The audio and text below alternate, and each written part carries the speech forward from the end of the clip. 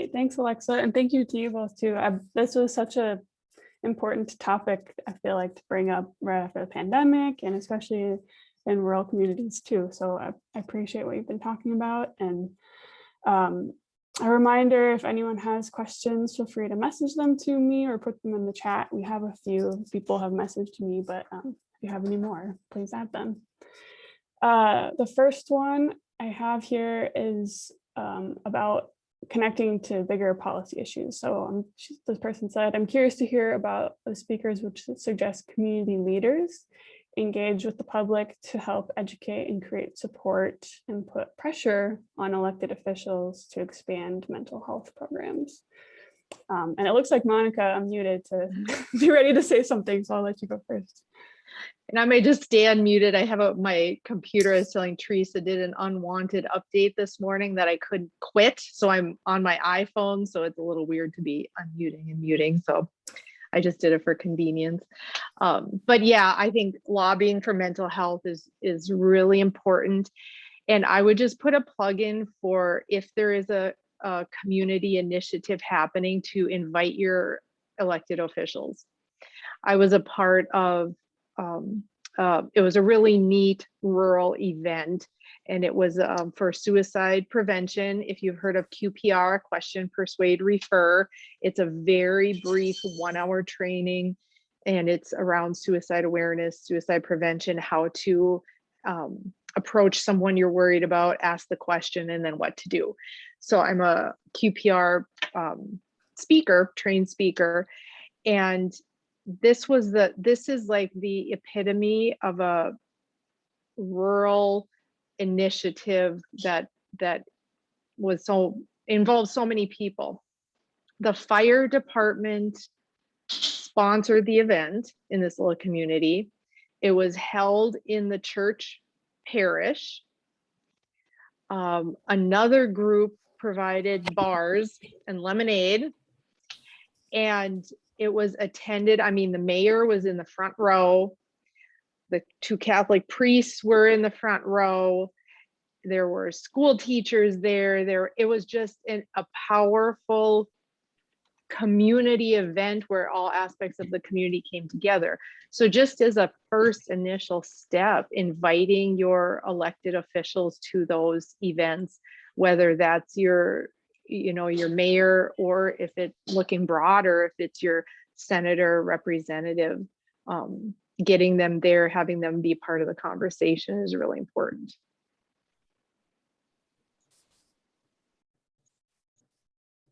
Yeah, anything to add, Katie? Yeah, I would wholeheartedly agree with that. And that's something we try to do too. Like at our 5K and 10K, we ask our state representatives or whoever is able to come, our mayor. And I just put a link in there too. NAMI is a national mental health and suicide prevention group, and they do a ton of advocacy work. This is something that we haven't totally, dove into yet, but it's something that I would like to start doing. But you can start by just telling your representatives to invest in mental health. So I put a link in there. You can just write to, whoever is your state representative. You can also, I'm going to send you the whole link to this too, because there's, share your crisis story, tell your Congress to fund mental health. There's lots of different things you can do to do, really simple things that are really easy to do, just clicking a button. So that's what I would say. Awesome. Great. Thank you.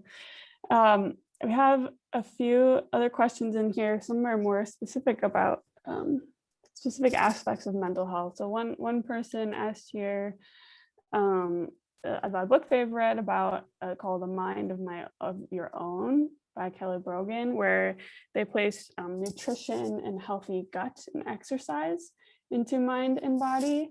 And I think their question is just kind of about how much does gut and exercise have to do with health and your mental health as well. Does anyone have anything to add on that?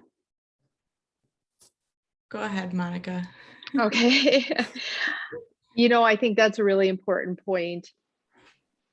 As far as we are a whole person. Okay. And a lot of times when we think about our healthcare, we think of neck down and then we think of neck up.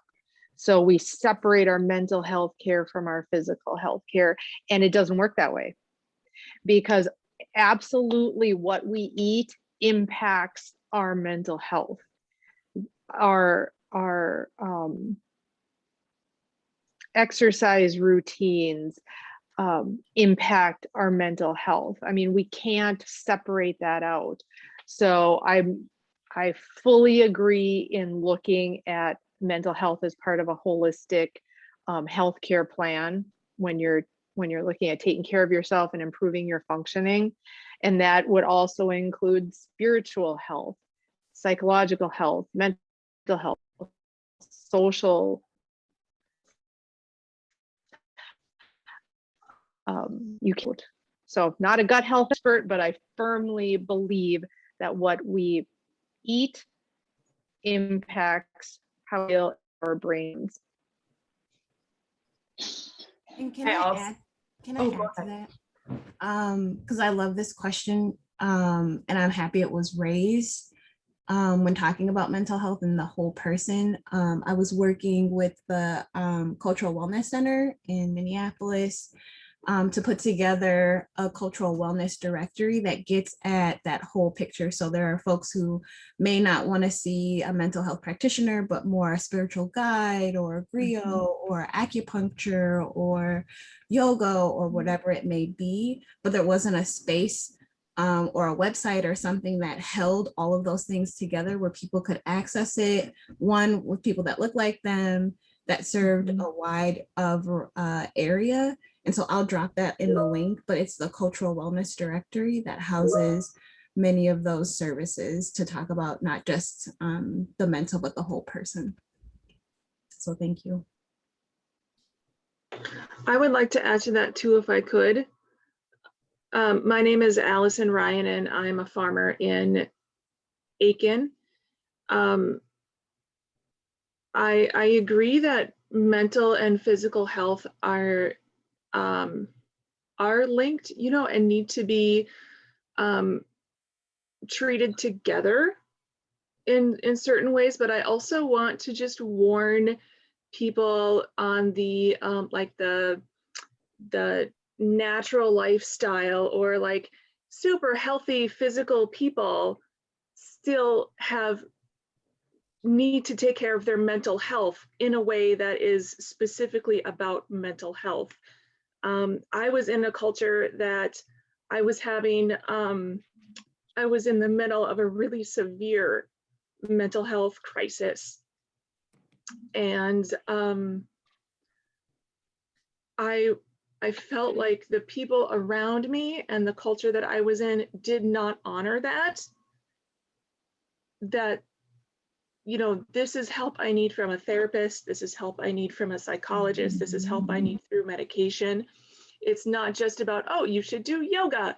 You're obviously, your diet isn't right because you're having these issues. No, I was eating very healthy, I was doing yoga, and I still needed more help. So that is just something I like to caution people, and spiritual health as well, that you can't get, not everyone can get there. Like if you can cure your mental illness with diet and exercise, it wasn't a mental illness. You were just sad, you know, or you were just stuck somewhere or weren't living healthy. There's like legitimate illnesses that need specialized healthcare. So obviously that's something that I'm really close to. So I just want to caution people when they talk about that, because it's really important that you don't take that shame to that next level and say, oh, well, you just need to do yoga and you'll be fine. So thank you for listening. Thank you for sharing that, Allison. And I agree with her. It's not a one size fits all. I mean, every single person is different. And for me, like I was trying to just run. I was like, I don't want to take medication. I don't want to be known as that person who has depression. But the running wasn't cutting it. That wasn't doing it. It was helping, but it wasn't doing as much as it needed to. And another thing, as it kind of relates to that, is a lot of people don't realize, but trauma on your brain. So if you've had a concussion or you've had any type of car accident, or any type of head injury, your brain, I mean, that has a lot to do with, I mean, it's running your whole entire system. So if you've had any type of brain trauma too, that is also something to look into, because that can directly affect your mental health as well. Thank you. I have a few more questions in here, and I think sort of related. I'm going to kind of mesh two together, but as far as like a person's background, there's this domestic violence, someone mentioned farming, like growing up on a farm, are there higher rates, or even in a rural place? How much does that play into mental health as an adult, probably? Right. Well, everybody's experiences are so unique and different. I can speak to, you know, a few general themes where, like, suicide rates among farmers as an occupational group are higher than the general public. And that's for a lot of different reasons. You know, a lot of pressure and stress and external struggle, and, you know, that it's very complex.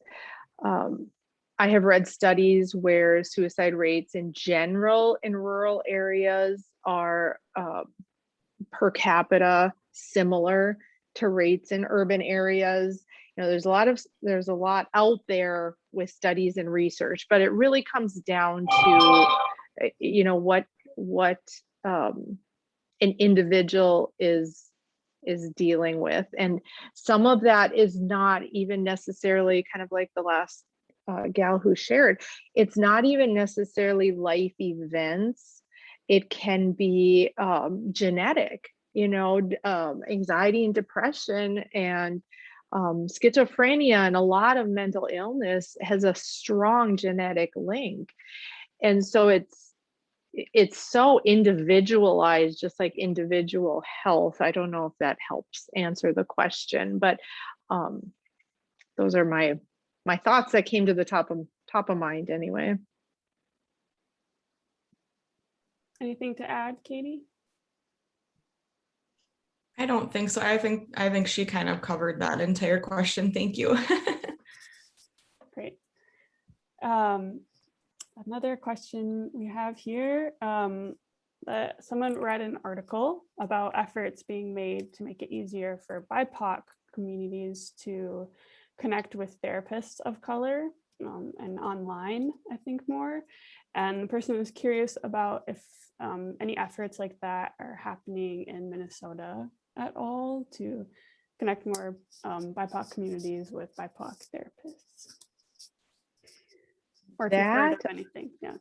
I have not heard about anything specific. If there are initiatives that would, you know, maybe take a little Googling to find out, but you know, one would hope.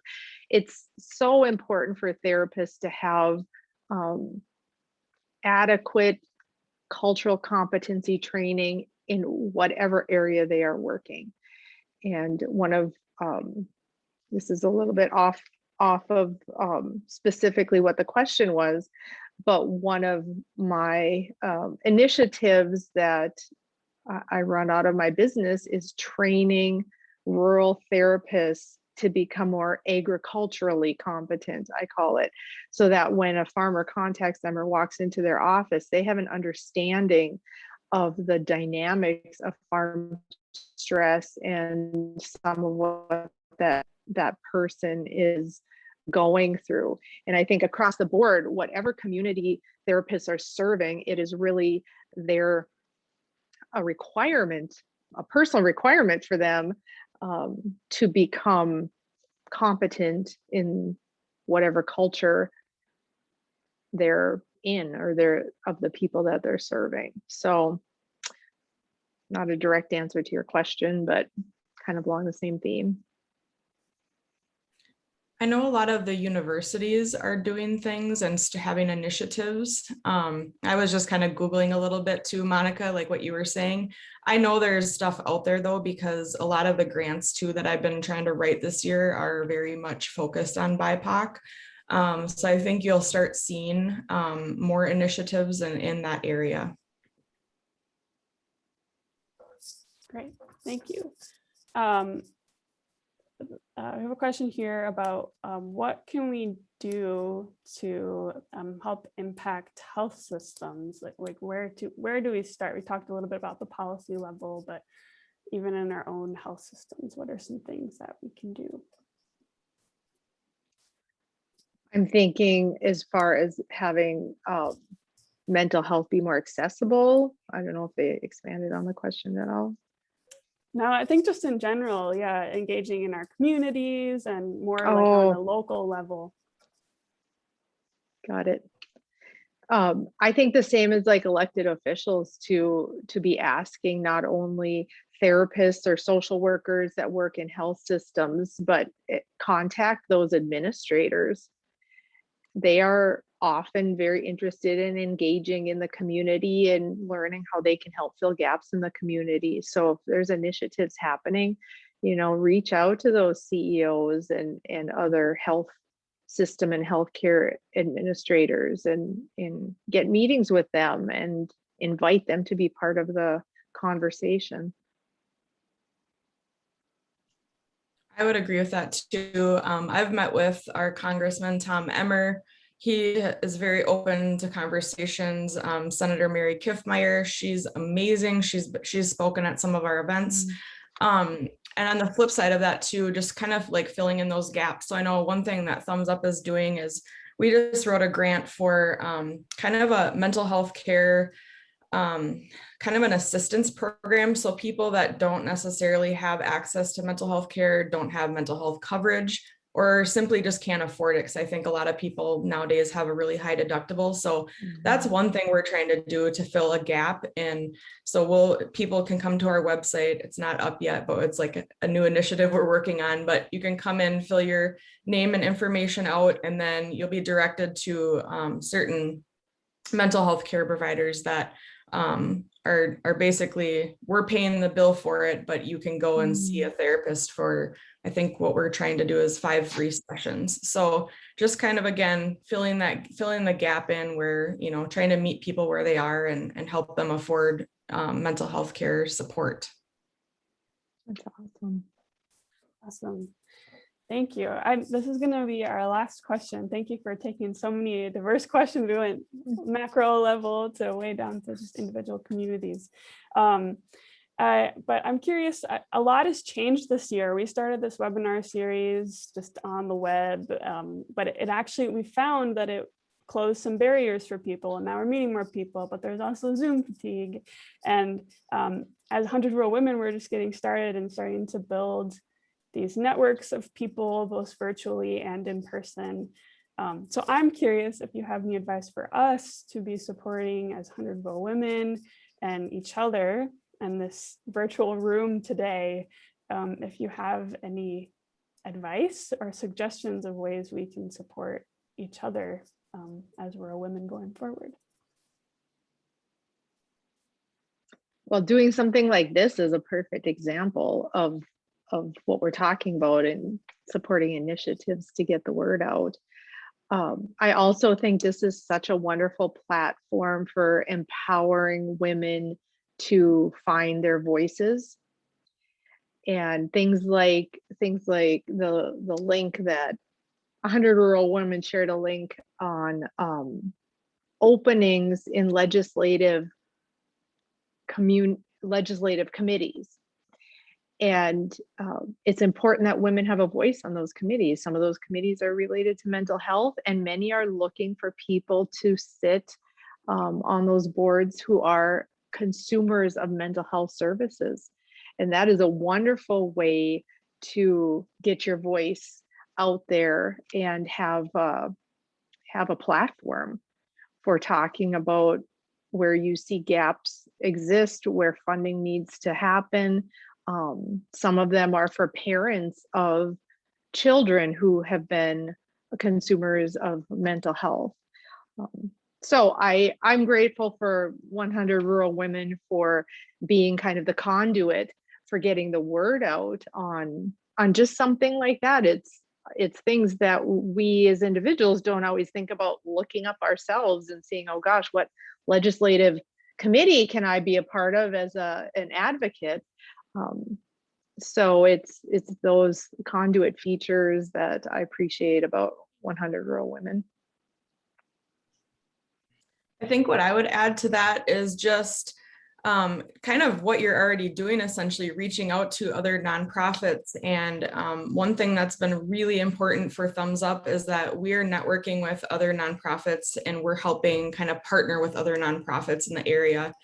We have really strong relationships with Care Food Shelf, with Sherburne County Area United Way, with Open Doors for Youth. And I just feel like we are all stronger when we're working together.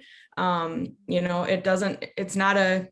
I don't see them as a competition. Like, I feel like sometimes people feel like, oh, this woman or this person or this other, you know, organization is our competition. But I think if you have the reverse, if you can kind of reverse your vision on that and realize that we could all just work together and support each other, and that so many other people will benefit from that. And I don't know, I feel really, really strongly about that. And I've made some amazing connections here just in my hometown of Elk River. And now as we're starting to branch out into other, you know, more rural locations, it's really neat to see all of, you know, everybody else that's out there. And then that can just help accentuate what you're trying to do too. So if that makes sense.